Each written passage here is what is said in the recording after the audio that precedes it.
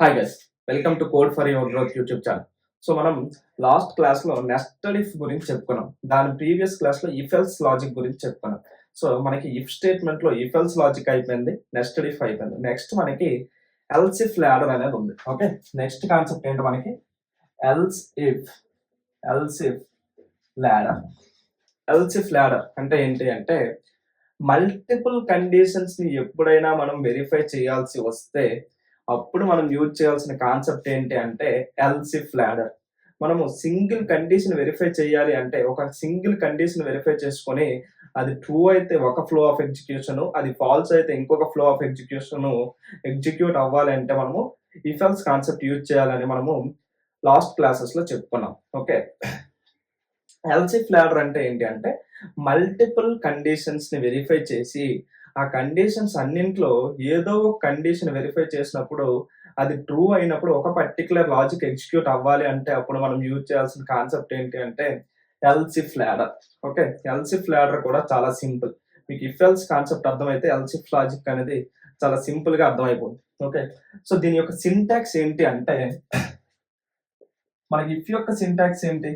If పక్కన ఒక condition ఉంటుంది, నెక్స్ట్ మల్టిపుల్ స్టేట్మెంట్స్ ఉంటాయి. ఇది మనకి ఇఫ్ బ్లాక్ అంతే. నెక్స్ట్ మనకి ఎల్స్ ఉంటది, దాని యొక్క మల్టిపుల్ బ్లాక్స్ అంతేనా. సో ఇది మనకి ఇఫ్ యొక్క సింటాక్స్. ఎల్స్ ఇఫ్ లాడర్ అంటే ఏంటి అంటే, ఇఫ్ కండిషన్ తరువాత ఇక్కడ ఎల్స్ ఇఫ్ ఉంటుంది, మళ్ళీ మనకి ఎల్స్ ఇఫ్, ఇలా మనం ఎన్ని ఎల్స్ ఇఫ్ అయినా రాసుకొని లాస్ట్ లో మళ్ళీ మనకి ఎల్స్ అనేది ఉంటుంది. ఓకే, ఇది మనకి ఎల్స్ ఇఫ్ లాడర్ యొక్క సింటాక్స్. అంటే ఇఫ్ కండిషన్ అనేది ట్రూ అయ్యింది అనుకోండి, మనకి ఈ పీస్ ఆఫ్ లాజిక్ ఎగ్జిక్యూట్ అయ్యి ఈ రిమైనింగ్ ఏ ఎల్స్ ఇఫ్స్ కూడా ఎగ్జిక్యూట్ అవ్వవు, ఈవెన్ దో ఎల్స్ కూడా ఎగ్జిక్యూట్ అవ్వదు. మనకి ఇఫ్ ఎల్స్ ఏంటి? మనకి ఇఫ్ ఎల్స్ ఇలా రాసినప్పుడు ఈదర్ ఇఫ్ ఆర్ ఎల్స్ ఏదో ఒకటి మాత్రం ఎగ్జిక్యూట్ అవుతుంది. కండిషన్ ట్రూ అయితే ఇఫ్ బ్లాక్ ఎగ్జిక్యూట్ అవుతుంది, కండిషన్ ఫాల్స్ అయితే ఎల్స్ బ్లాక్ ఎగ్జిక్యూట్ అవుతుంది. ఓకే, అలానే ఈ ఎల్స్ ఇఫ్ లాడర్ లో కూడా ఎన్ని బ్లాక్స్ ఉన్నా సరే ఏదో ఒక కండిషన్ మాత్రమే వ్యాలిడ్ అవుతుంది, ఏదో ఒక కండిషన్ మాత్రమే ఎగ్జిక్యూట్ అవుతుంది. ఏ కండిషన్ అయితే ఇక్కడ మనకి కండిషన్స్ ఉండాలి. ఓకే, ఇది మనకి C2, ఇది మనకి C3. నేను ఎల్స్ అని రాశాను కదా, అందుకని బ్రాకెట్ రాసేస్తాను, కండిషన్ రాయలేదు. బట్ ఇక్కడ మనకి మల్టిపుల్ కండిషన్స్ ఉంటాయి కదా, ఈ మల్టిపుల్ కండిషన్స్ అంటే ఇఫ్ పక్కన ఉన్నది కండిషన్ 1, ఎల్స్ ఇఫ్ పక్కన ఉన్నది కండిషన్ 2, ఎల్స్ ఇఫ్ పక్కన ఉన్నది కండిషన్ 3, తర్వాత ఎల్స్ ఇఫ్ పక్కన ఉన్న కండిషన్ 4, ఇలా అనుకుంటూ పోతే ఈ మల్టిపుల్ కండిషన్స్ లో ఏదో ఒక కండిషన్, ఏ కండిషన్ అయితే ఫస్ట్ సాటిస్ఫై చేస్తుందో, ఏ కండిషన్ అయితే ఫస్ట్ ట్రూ రిటర్న్ చేస్తుందో ఆ పర్టికులర్ బ్లాక్ మాత్రమే ఎగ్జిక్యూట్ అవుతుంది. లెట్స్ సే నాకు C1 అనేది ట్రూ రిటర్న్ చేసింది అనుకోండి, నాకు ఈ పీస్ ఆఫ్ లాజిక్ ఎగ్జిక్యూట్ అయ్యి రిమైనింగ్ ఏ బ్లాక్ కూడా ఎగ్జిక్యూట్ అవ్వదు. ఓకే, అదే నాకు C1 అనేది ఫాల్స్ వచ్చింది అనుకోండి, నెక్స్ట్ మనకి వెరిఫై చేసేది ఏంటి? నెక్స్ట్ ఎల్స్ ఇఫ్ బ్లాక్ ఈ C2 అనేది వెరిఫై చేస్తుంది. C2 అనేది మనకి ట్రూ వచ్చింది అనుకోండి, అప్పుడు మనకి ఇది ఎగ్జిక్యూట్ అవ్వలేదు, ఎందుకు? ఇది ఫాల్స్ వచ్చింది. ఇది ట్రూ వచ్చింది కాబట్టి ఇది ఎగ్జిక్యూట్ అయ్యి రిమైనింగ్ ఏ బ్లాక్ కూడా ఎగ్జిక్యూట్ అవ్వదు. ఓకే, అంటే నెక్స్ట్ మనకి కండిషన్స్, మల్టిపుల్ కండిషన్స్ ఉంటాయి, అందులో ఏ కండిషన్ అయితే ఫస్ట్ ట్రూ రిటర్న్ చేస్తుందో ఆ కండిషన్ మాత్రమే, ఆ కండిషన్ కి ఉన్న బ్లాక్ లో ఉన్న డేటా మాత్రమే ఎగ్జిక్యూట్ అవుతుంది. ఓకే, ఆ బ్లాక్ లో ఉన్న స్టేట్మెంట్స్ మాత్రమే ఎగ్జిక్యూట్ అవుతాయి. రిమైనింగ్ కింద ఎన్ని ఎల్సిఫ్స్ ఉన్నా, ఎల్స్ ఉన్నా, ఓకే, రిమైనింగ్ ఎన్ని ఎల్సిఫ్స్ ఉన్నా, అలానే లాస్ట్ లో ఒక ఎల్స్ ఉంటుంది, ఆ ఎల్స్ ఉన్నా సరే మనకి ఎగ్జిక్యూట్ అవ్వవు. ఓకే, మనకి మధ్యలో ఎన్ని ఎల్సిఫ్స్ అయినా ఉండొచ్చు కానీ లాస్ట్ లో ఒకటే ఎల్స్ ఉంటుంది. మళ్ళీ ఇక్కడ కూడా మీరు గుర్తుపెట్టుకోవాల్సిన పాయింట్ ఏంటంటే ఈ ఎల్స్ అనేది నాట్ మ్యాండేటరీ. ఓకే, అంటే మనం ఇఫ్ ఎల్స్ రాసేటప్పుడు ఓన్లీ ఇఫ్ రాస్తే వర్క్ అవుద్ది అని చెప్పాను కదా, అంటే ఎల్స్ రాయకపోయినా పర్వాలేదు అని చెప్పాను. అలానే ఇక్కడ కూడా మనకి ఈ ఎల్స్ రాయకుండా only if, elif, elif, elif, only elif వరకు రాసినా పర్వాలేదు. ఈ ఎల్స్ అనేది నాట్ మ్యాండేటరీ. ఓకే, మ్యాండేటరీ కాదు, అది మీరు రాసినా పర్వాలేదు, రాయకపోయినా పర్వాలేదు. ఓకే, ఒకవేళ ఎల్స్ రాయకపోతే ఏ కండిషన్ ట్రూ అవ్వకపోతే మనకి ఏ బ్లాక్ కూడా ఎగ్జిక్యూట్ అవ్వదు. ఓకే, ఒకవేళ ఎల్స్ రాస్తే ఏ కండిషన్ కూడా ట్రూ అవ్వకపోతే లాస్ట్లో ఎల్స్ బ్లాక్ ఉంది కాబట్టి అది ఎగ్జిక్యూట్ అవుతుంది. ఓకే, సో మీరు ఏం చేస్తారంటే ఇంకొకసారి వీడియోని ఫస్ట్ నుంచి వాచ్ చేయండి, ఒకవేళ మీకు ఈ కాన్సెప్ట్ క్లియర్గా అర్థం అవ్వకపోతే. ఓకే, అప్పుడు మీకు కాన్సెప్ట్ అనేది క్లియర్గా అర్థమవుతుంది. మనం ఏం చేద్దాం అంటే కొన్ని ఎగ్జాంపుల్స్ అనేవి చూద్దాం. ఓకే ఓకే ఇక్కడ చూడండి, మనకి ఒక ఎల్సిఫ్ లాజిక్ యూజ్ చేసి ఒక ప్రోగ్రామ్ రాసాం. దీని యొక్క అవుట్పుట్ ఏమొస్తుందని మనం ఫస్ట్ వెరిఫై చేయాలి. ఇక్కడ మనకి ఏ వాల్యూ 5, బి వాల్యూ 3 ఇచ్చాడు. ఫస్ట్ మనం ఏం వెరిఫై చేయాలి, ఇఫ్ పక్కన ఉన్న కండిషన్ యొక్క ఎక్స్ప్రెషన్ యొక్క వాల్యూ అనేది క్యాలిక్యులేట్ చేయాలి. ఏ గ్రేటర్ దాన్ బి, ఏ యొక్క వాల్యూ అంతా 5, గ్రేటర్ దాన్ బి యొక్క వాల్యూ అంతా 3. 5 గ్రేటర్ దాన్ 3 అంటే మనకి కండిషన్ ట్రూ ఆ ఫాల్సా? కండిషన్ అనేది ట్రూ కదా, కండిషన్ అనేది ట్రూ కాబట్టి ఏది ఎగ్జిక్యూట్ అవుతుంది? ఇఫ్ బ్లాక్ లో ఉన్న స్టేట్మెంట్స్ ఎగ్జిక్యూట్ అవుతాయి. ఈ బ్లాక్ లో ఏముంది, ఏ ఈజ్ గ్రేటర్ దాన్ బి అని ఉంది కాబట్టి అవుట్పుట్ లో ఏమొస్తుంది, A is greater than B అని వస్తుంది. ఓకే, నెక్స్ట్ ఈ కండిషన్ ట్రూ అయిపోయింది కాబట్టి రిమైనింగ్ ఏవి కూడా ఎగ్జిక్యూట్ అవ్వవు. కాబట్టి మనకు అవుట్పుట్ ఏమొస్తుంది, A is greater than B అనేది వస్తుంది. ఎందుకు, A greater than B condition true అయింది కాబట్టి ఇది అవుట్పుట్ వస్తుంది. రిమైనింగ్ ఏ కండిషన్స్ కూడా వెరిఫై అవ్వవు. అదే ఒకవేళ ఏ ఈక్వల్ టు 2 అని ఉందనుకోండి, అప్పుడు మనకి ఏమవుతుంది, 2 గ్రేటర్ దాన్ 3. కండిషన్ ఏంటి మనకి, ఫాల్స్. 2 గ్రేటర్ దాన్ 3 అనే కండిషన్ ఏంటి మనకి, ఫాల్స్. ఫాల్స్ అయినప్పుడు మనకి ఇఫ్ బ్లాక్ ఎగ్జిక్యూట్ అవుతుందా, అవ్వదు. కాబట్టి నెక్స్ట్ ఎల్సిఫ్ బ్లాక్ ఉంది. ఎల్సిఫ్ బ్లాక్ ఉన్నప్పుడు ఈ కండిషన్ ఏదైతే ఉందో ఆ కండిషన్ అనేది మనం వెరిఫై చేయాలి. B greater than A, B value ఎంత 3, గ్రేటర్ దాన్ ఏ వాల్యూ ఎంత 2. 3 గ్రేటర్ దాన్ 2 అంటే కండిషన్ ట్రూ ఆర్ ఫాల్సా, ట్రూ. కాబట్టి మనకి ఏం ఎగ్జిక్యూట్ అవుతుంది, ఈ ఎల్సిఫ్ బ్లాక్ లో ఉన్న స్టేట్మెంట్స్ అనేవి ఎగ్జిక్యూట్ అవుతాయి. ఇక్కడ మనకి ఏముంది, బి ఈజ్ గ్రేటర్ దాన్ ఏ అని ఉంది కాబట్టి అవుట్పుట్ ఏమొస్తుంది, బి ఈజ్ గ్రేటర్ దాన్ ఏ అని వస్తుంది. ఓకే, అంటే ఫస్ట్ ఇఫ్ యొక్క కండిషన్ ఫాల్స్ అయిపోయింది కాబట్టి నెక్స్ట్ ఏ కండిషన్ అయితే ట్రూ అవుతుందో అప్పటి వరకు ఆ ఎల్సిఫ్ లాడర్ మొత్తం అది వెరిఫై చేసుకుంటూ వస్తుంది. ఈ కండిషన్ ఫాల్స్ అయింది కాబట్టి నెక్స్ట్ కండిషన్ ఏంటి, బి గ్రేటర్ దాన్ ఏ. ఈ కండిషన్ ఏమైంది, ట్రూ అయింది కాబట్టి ఇది ఎగ్జిక్యూట్ అయింది. నెక్స్ట్ ఎల్స్ ఏదైతే ఉందో అది ఎగ్జిక్యూట్ అవ్వదు. ఓకే, అది ఎగ్జిక్యూట్ అవ్వదు. ఈ విధంగా మనకి ఎల్సిఫ్ ఎగ్జిక్యూట్ అవుతుంది. అదే ఒకవేళ ఏ వాల్యూ అనేది 3 ఇచ్చాడు అనుకోండి, ఫస్ట్ ఏమవుతుంది, 3 గ్రేటర్ దాన్ 3 కండిషన్ ఏంటి, ఫాల్స్ కాబట్టి ఇది ఎగ్జిక్యూట్ అవ్వదు. Next elif B greater than A, 3 greater than 3 false, ఇది కూడా ఎగ్జిక్యూట్ అవ్వదు. ఈ ఎఫ్ ఎగ్జిక్యూట్ అవ్వలేదు, నెక్స్ట్ మనకు ఒకే ఎల్సిఫ్ ఉంది అది కూడా ఎగ్జిక్యూట్ అవ్వలేదు. అప్పుడు ఏం ఎగ్జిక్యూట్ అవుతుంది, ఎల్స్ బ్లాక్ అనేది ఎగ్జిక్యూట్ అవుతుంది. అప్పుడు మనకి ఏముంది, B and A R equal అని ఉంది. సో అవుట్పుట్ ఏమొస్తుంది, A and B R equal, A and B R equal అని వస్తుంది. సో ఈ విధంగా మనకి ఎల్సిఫ్ లాడర్ అనేది ఎగ్జిక్యూట్ అవుతుంది. ఓకే ఓకే సో ఈ ప్రోగ్రామ్ యొక్క అవుట్పుట్ ఏమొస్తుంది చూడండి. ఇక్కడ మనకి ఎల్సిఫ్ లాడర్ ఉంది విత్ 2 ఎల్సిఫ్ బ్లాక్స్. టోటల్ మనకి 3 కండిషన్స్ ఉన్నాయి. ఇఫ్ లో ఒక కండిషన్, ఎల్సిఫ్ లో ఇంకొక కండిషన్, ఇంకొక ఎల్సిఫ్ లో ఇంకొక కండిషన్, నెక్స్ట్ ఎల్స్ బ్లాక్ అనేది ఉంది. ఓకే, సో ఇప్పుడు మనకి ఏమవుతుంది, ఫస్ట్ ఈ కండిషన్ వెరిఫై చేస్తుంది. కండిషన్ ట్రూ అయితే ఈ స్టేట్మెంట్ ఎగ్జిక్యూట్ అయ్యి రిమైనింగ్ ఏది కూడా ఎగ్జిక్యూట్ అవ్వదు. ఆ ఎల్స్ ఇఫ్ యొక్క అవుట్ సైడ్ ఏవైతే స్టేట్మెంట్స్ ఉన్నాయో అవి ఎగ్జిక్యూట్ అవుతాయి. ఈ ఇఫ్ యొక్క కాన్సెప్ట్ మొత్తం, ఈ ఇఫ్ బ్లాక్ మొత్తం ఎగ్జిక్యూట్ అయ్యాక. అదే ఇది ఫాల్స్ అయింది అనుకోండి, నెక్స్ట్ కండిషన్ వెరిఫై చేస్తుంది. ఇదేమైంది, ఇది కూడా ఫాల్స్ అయింది అనుకోండి, అప్పుడు నెక్స్ట్ కండిషన్ వెరిఫై చేస్తుంది. ఇది కూడా ఫాల్స్ అయింది అనుకోండి, అప్పుడు ఎల్స్ బ్లాక్ లో ఉన్న స్టేట్మెంట్స్ ఎగ్జిక్యూట్ అవుతాయి. అలా కాకుండా ఇది ట్రూ అయింది అనుకోండి, అప్పుడు ఏం చేస్తుంది, ఈ స్టేట్మెంట్స్ ఎగ్జిక్యూట్ చేసి ఈ 2 స్టేట్మెంట్స్, ఈ 2 బ్లాక్స్ అనేవి ఇంకా ఎగ్జిక్యూట్ చేయవు. ఓకే, సో ఇప్పుడు మనం వెరిఫై చేద్దాం.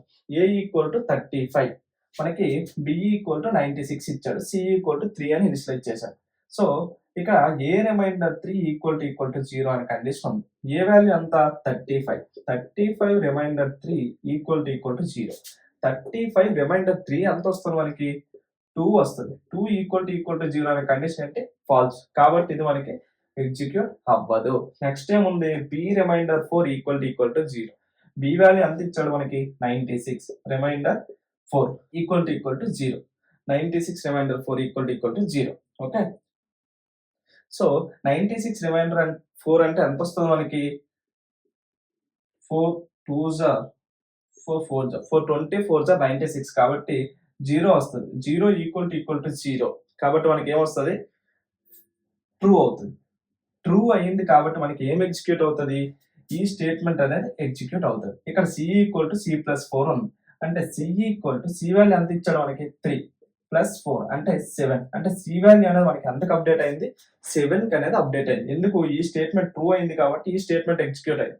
ఈ స్టేట్మెంట్ లో సి ప్లస్ 4 అని ఉంది. అంటే 3 ప్లస్ 4 అంతా 7 కాబట్టి సి ఈక్వల్ టు 7 అయింది. నెక్స్ట్ ఇది ఆల్రెడీ ట్రూ అయిపోయింది కాబట్టి ఇది ఎగ్జిక్యూట్ చేయదు, ఇది ఎగ్జిక్యూట్ చేయదు. మనకి లాస్ట్ లో system dot out dot print అని సి ఉంది కాబట్టి ఇక్కడ 7 అని ప్రింట్ అవుతుంది. ఎందుకు మనకి ఈ స్టేట్మెంట్ ఎగ్జిక్యూట్ అయ్యి 7 అని వచ్చింది కాబట్టి మనకి సి వాల్యూ 7 అని ప్రింట్ అవుతుంది. ఓకే, సో ఈ విధంగా మనకి ఎల్సిఫ్ లాడర్ అనేది ఎగ్జిక్యూట్ అవుతుంది. అంటే మనకి మల్టిపుల్ కండిషన్స్ ఉంటాయి.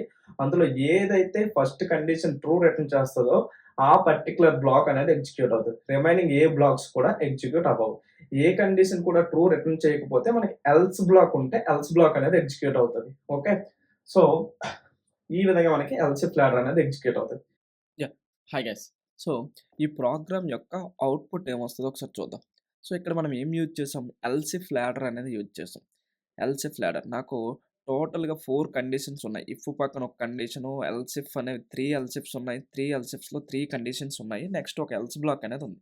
సో ఇది మనకి ఏంటి, ఎల్సిఫ్ లాడర్. ఎల్సిఫ్ లాడర్ అనేది ఎగ్జిక్యూట్ అయ్యేటప్పుడు మనకి ఏం చేస్తదంటే, ఏదైతే ఫస్ట్ కండిషన్ ట్రూ అవుతదో ఆ బ్లాక్ ఎగ్జిక్యూట్ అవుతది. రిమైనింగ్ ఏ బ్లాక్ కూడా ఎగ్జిక్యూట్ అవ్వదు.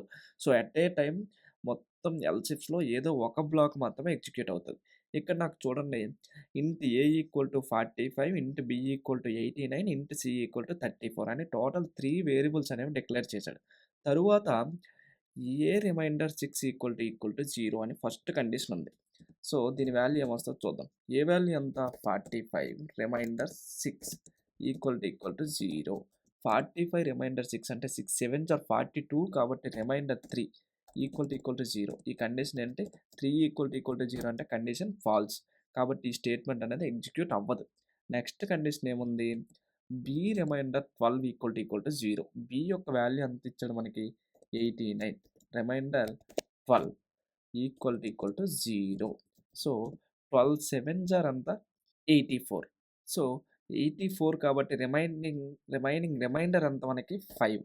So 5 equal to 0. కండిషన్ ఏంటి మనకి ఫాల్స్. కాబట్టి ఈ స్టేట్మెంట్ కూడా ఎగ్జిక్యూట్ అవ్వదు. నెక్స్ట్ స్టేట్మెంట్ ఏంటి, A greater than B. A value ఎంత 45, బి వాల్యూ ఎంత 89. 45 is greater than B, 45 is greater than 89. ఈ కండిషన్ ఏంటి మనకి ఫాల్స్, అంతేనా. కాబట్టి ఈ స్టేట్మెంట్ కూడా ఎగ్జిక్యూట్ అవ్వదు. Next else if B greater than A. B value ఎంత 89 గ్రేటర్ దాన్ ఏ వాల్యూ ఎంత 45. 89 ఈజ్ గ్రేటర్ దాన్ 45. ఈ కండిషన్ ఏంటి మనకి ట్రూ. కాబట్టి మనకి ఏది ఎగ్జిక్యూట్ అవుతుంది, ఈ స్టేట్మెంట్ అనేది ఎగ్జిక్యూట్ అవుతుంది. ఈ ఫస్ట్ 3 స్టేట్మెంట్స్ కండిషన్స్ కూడా ఫాల్స్ వచ్చాయి కాబట్టి మనకి ఏ బ్లాక్ ఎగ్జిక్యూట్ అవ్వదు. నెక్స్ట్ ఏంటి, ఈ కండిషన్ ట్రూ వచ్చింది కాబట్టి ఇది ఎగ్జిక్యూట్ అవుతుంది.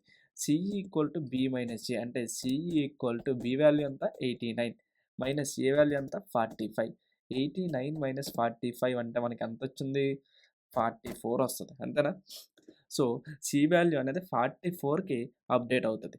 నెక్స్ట్ ఈ ఎల్స్ బ్లాక్ కూడా ఎగ్జిక్యూట్ అవ్వదు. ఎందుకు, ఆల్రెడీ మనకి ఒక బ్లాక్ అనేది ట్రూ అయిపోయింది కాబట్టి ఎల్స్ బ్లాక్ ఎగ్జిక్యూట్ అవ్వదు. ఎల్స్ బ్లాక్ ఎప్పుడు ఎగ్జిక్యూట్ అవుతుంది, ఇఫ్ ఎల్స్ లాడర్లో ఏ కండిషన్ కూడా ట్రూ అవ్వకపోతే అప్పుడు మనకి ఎల్స్ బ్లాక్ అనేది ఎగ్జిక్యూట్ అవుతుంది. ఓకే, సో నాకు అవుట్పుట్ ఏమొస్తుంది, system dot out dot println C ఉంది.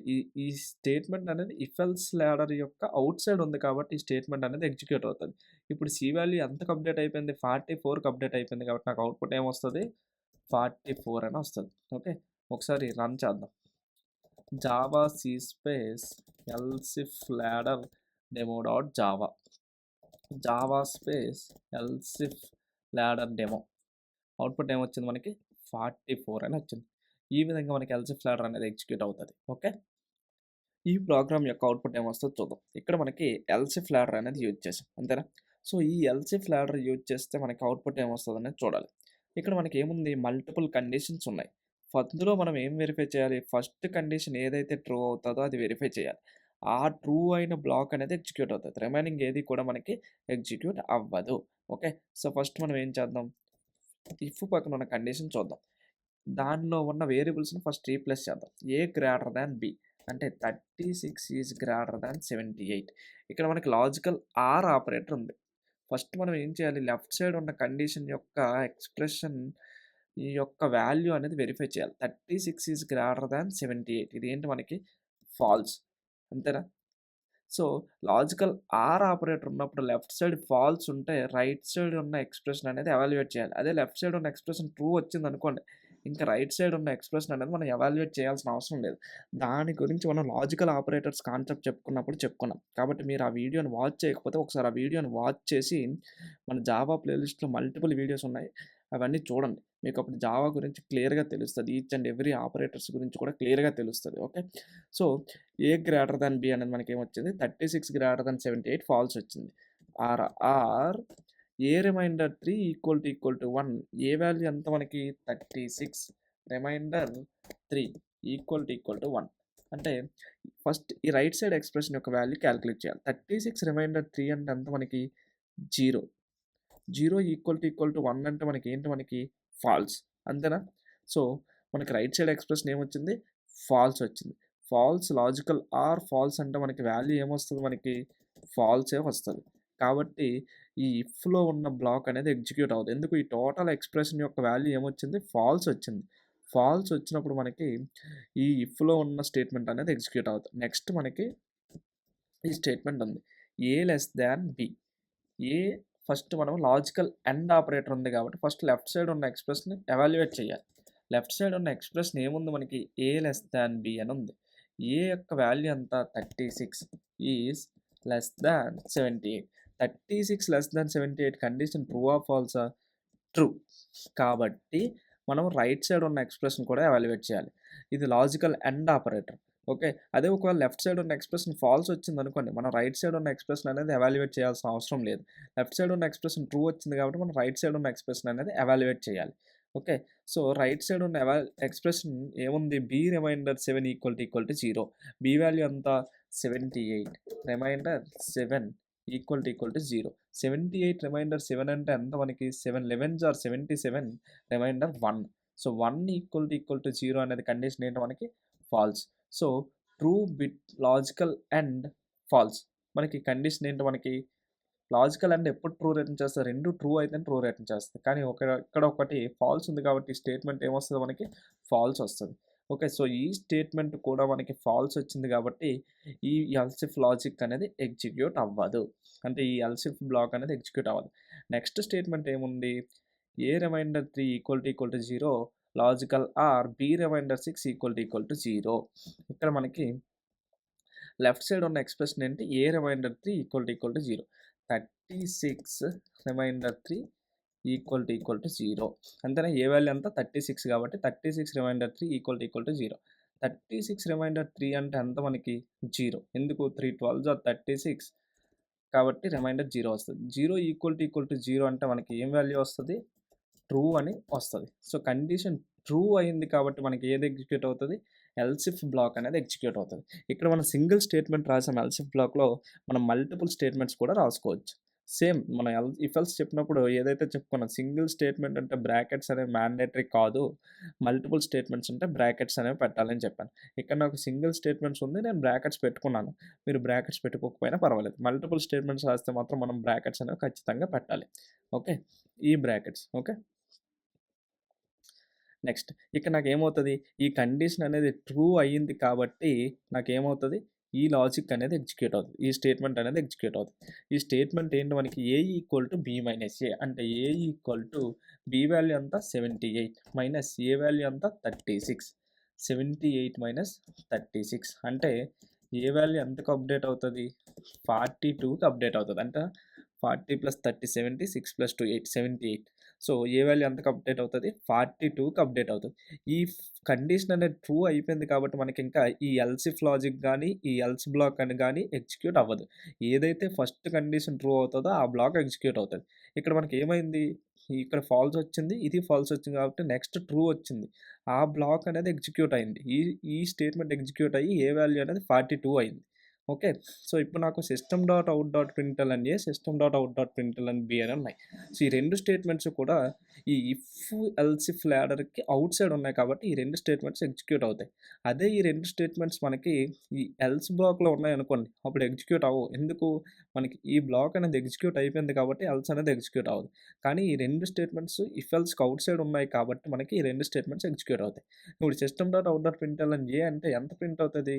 ఈ స్టేట్మెంట్ ఎగ్జిక్యూట్ అయ్యి మనకి ఏ వాల్యూ అనేది 42కి అప్డేట్ అయిపోయింది. కాబట్టి ఇక్కడ మనకి 42 వస్తది. నెక్స్ట్ బి వాల్యూ ఏమొస్తది? బి వాల్యూ మనకి దేని ద్వారా అయినా అప్డేట్ అయిందా? అవ్వలేదు. కాబట్టి బి వాల్యూ ఏదైతే ఉందో అదే వస్తది. ఓకే. 78కి 78 ప్రింట్ అవుతుంది. ఇక్కడ నాకు బి వాల్యూ అప్డేట్ చేసాం. ఇక్కడ మనం బి వాల్యూ అప్డేట్ చేస్తున్నాం. కానీ ఈ స్టేట్మెంట్ ఎగ్జిక్యూట్ అవ్వలేదు. ఈ స్టేట్మెంట్ ఎగ్జిక్యూట్ అవ్వలేదు. ఈ స్టేట్మెంట్ కూడా ఎగ్జిక్యూట్ అవ్వలేదు. ఎందుకు? ఇది ఫాల్స్ వచ్చింది కాబట్టి ఇది ఎగ్జిక్యూట్ అవ్వలేదు. ఇది ట్రూ వచ్చేసింది కాబట్టి ఇంక ఈ స్టేట్మెంట్స్ అనేవి అసలు ఎగ్జిక్యూషన్‌కే రాలేదు. ఓకే. కాబట్టి ఓన్లీ ఈ స్టేట్మెంట్ మాత్రమే ఎగ్జిక్యూట్ అయింది కాబట్టి మనకి ఏ వాల్యూ మాత్రమే అప్డేట్ అయింది. కాబట్టి అవుట్‌పుట్ ఏమొస్తది? 42 అండ్ 78 అని వస్తది. ఒకసారి సేవ్ చేసి కంపైల్ చేద్దాం. కంపైల్ చేశాను. నెక్స్ట్ రన్ చేశాను. నాకు అవుట్‌పుట్ ఏమొచ్చింది? 42 అండ్ 78 అని వచ్చింది. సో, ఈ విధంగా మీరు ఎల్స్ ఇఫ్ లాడర్ గురించి మల్టిపుల్ ప్రాబ్లమ్స్ ప్రాక్టీస్ చేయండి. నేను ఎలా అయితే కండిషన్స్ నాకు నచ్చిన కండిషన్స్ ఇచ్చి వెరిఫై చేశానో, మీరు కూడా మీకు నచ్చిన కండిషన్స్ ఇచ్చి వెరిఫై చేయండి. ఓకే. అప్పుడు మీకు ప్రాక్టీస్ చేస్తే మీకేంటి అంటే కాన్సెప్ట్ అనేది క్లియర్‌గా అర్థమవుతది. ఈచ్ అండ్ ఎవ్రీ ప్రాబ్లమ్ కూడా మీరు క్లియర్‌గా చేయొచ్చు. ఓకేనా? గైస్ మీకు మన వే ఆఫ్ ఎక్స్‌ప్లనేషన్ నచ్చితే వీడియోని లైక్ చేసి, కామెంట్ చేసి, షేర్ చేయండి. అలానే మీ ఫ్రెండ్స్ అందరికీ మన జావా ప్లేలిస్ట్ అలానే మనం రన్ చేస్తున్న కోడింగ్ ప్రాబ్లమ్స్ ప్లేలిస్ట్‌ని కూడా షేర్ చేయండి. Okay. Thank you so much guys.